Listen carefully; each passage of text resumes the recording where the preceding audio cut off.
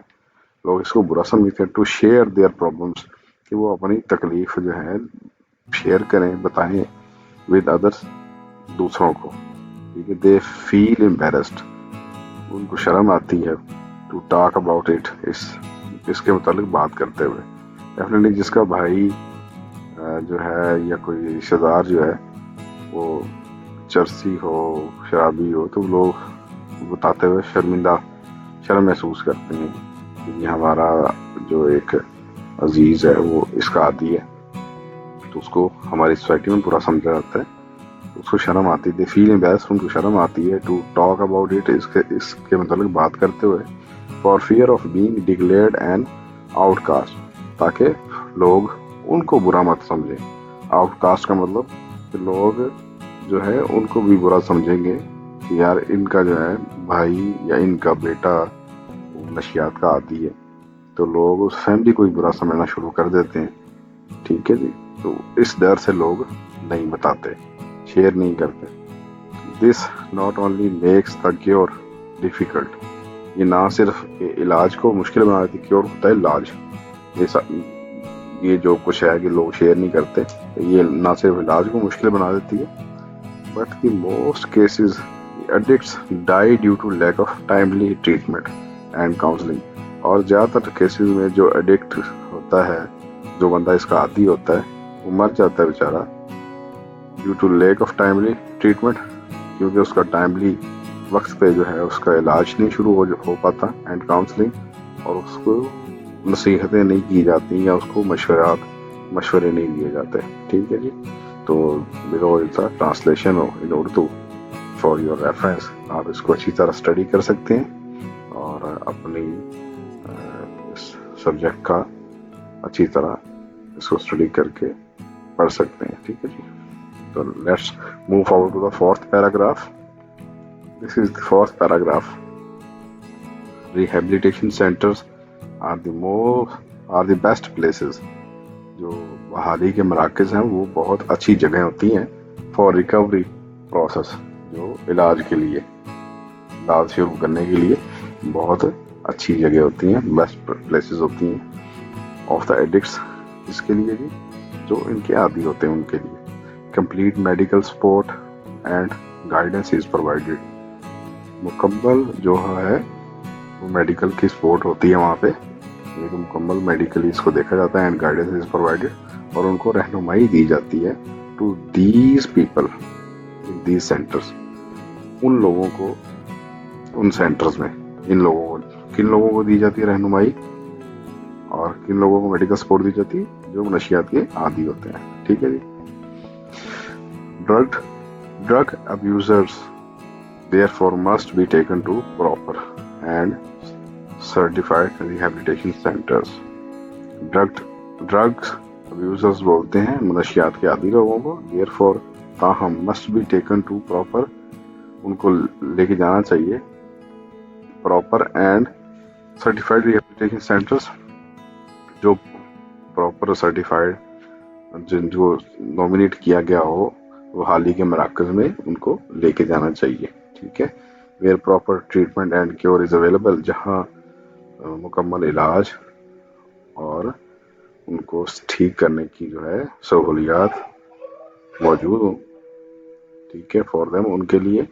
however this requires rapid and full cooperation.